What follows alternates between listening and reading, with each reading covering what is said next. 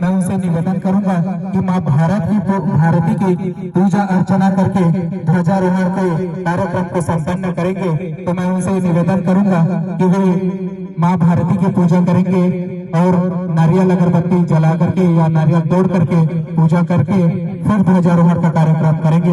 बोलिए भारत माता की जोर से। यहाँ से आवाज लगभग लाहौर तक जाना चाहिए, मतलब आसपास से गूंजना ही चाहिए। इसीलिए कह रहे हैं फिर से, भारत माता की जय, माता की जय, मातरम, मातरम, जय।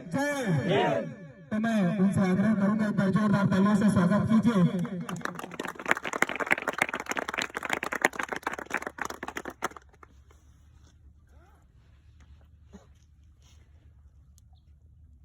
जब हम लोग स्कूल में पढ़ाई करते थे तो केवल हमें झंडा फहराने का अवसर वही प्राप्त होता था, बाकी जगहों पर हमें जाने का अवसर नहीं प्राप्त होता था। लेकिन आज देखिए संयोगवश आज की जो हमारी संख्या है वो बहुत ही ज्यादा संख्या है।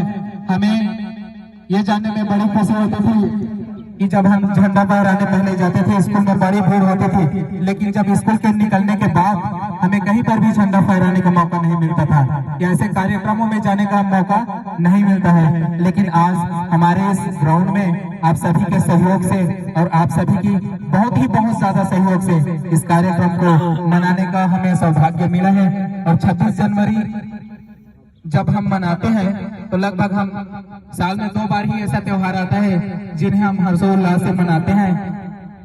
और ध्वजारोहण का कार्यक्रम जिसमें किया जाता है वो 26 जनवरी और 15 अगस्त। न जाने कितने बलिदानियों ने अपने इस तिरंगे झंडे को बचाने के लिए अपना जीवन दान दे दिया, बलिदान दे दिया।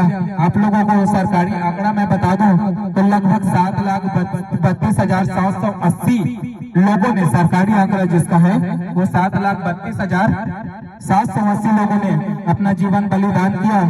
और हम लोग धर्म, जाति पाति, हिंदू, मुस्लिम, सिख, ईसाई इन सब पर लड़ते थे। सोचो वो क्या होंगे जिनके अंदर ये सब नहीं था। नहीं हमें उनका जात का पता है, नहीं उनके गोत्र का, किस वंश का है, किस कुल का है, कुछ भी पता नहीं है। इतने का तो ऐसा नहीं है कि कितने उम्र के थे।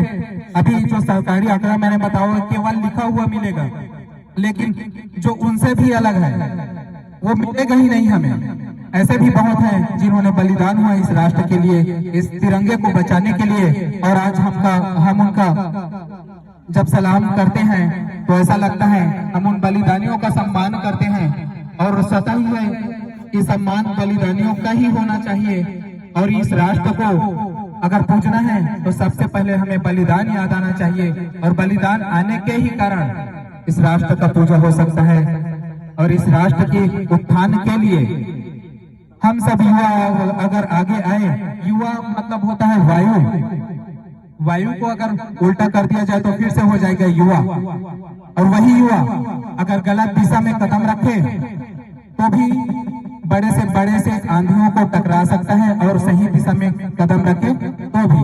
अगर वायु को हम देखते हैं तो सही दिशा में प्रवाहित हो रही है तो ठीक ठाक है। अगर वही वायु तेज रफ्तार से प्रवाहित होती है तो आंधियों का रूप बदल लेते हैं। तो युवा भी है, अगर सोच सही दिशा में प्रवाहित हो तो अच्छा है, अगर गलत दिशा में है तो परिवर्तन गलत दिशा की ओर जाता है। इसीलिए इस कार्यक्रम को मनाने का उद्देश्य लगभग आप लोगों ने कुछ सुन चुका और मैं कुछ बता चुका। अब जैसे ही हमारा कार्यक्रम खत्म होगा पूजा अर्चना का, उनके बाद ध्वजारोहण का कार्यक्रम होगा। ध्वजारोहण के तत्पश्चात हमारी जो बहनें यहाँ पहुंचे हुए हैं उनके द्वारा बहुत ही सुंदर राष्ट्रगान और राष्ट्रगीत का कार्यक्रम भी होगा। तत्पश्चात कार्यक्रम की समाप्ति के क्षण में कुछ हमारे भाई कुछ देशभक्ति शायरी या कुछ गीत कविता अगर आपको आता हो तो फिर सुनाएंगे। तत्पश्चात हमारे जो मुख्य अतिथि भी पहुंचे हुए हैं उनके द्वारा बहुत ही सुंदर आपको उद्बोधन दिया जाएगा। भले ही चंद शब्दों में दिया जाएगा लेकिन बहुत ही अच्छे तरीके से दिया जाएगा। चलिए एक शायरी सुन लीजिए। ये देशभक्ति शायरी है और बड़ी ही अच्छे से, जब मैंने इन्हें बहुत पहले लिखा था मुझे पता है एक असम राइफल वाले ने बेहतरीन ढंग से इसे बोला था, बहुत पहले लिख चुका था कि खून से भीगा मेरा बदन निकले, कि खून से भीगा मेरा बदन निकले, जिस्म से जहां से रूह से वतन निकले, और जितनी भी बार खोदी जाए मेरी कब्र, कि जितनी भी बार खोदी जाए मेरी कब्र, कसम भारत माता की उतनी बार तिरंगा मेरी कफन निकले, उतनी बार तिरंगा मेरी कफन निकले। बोले भारत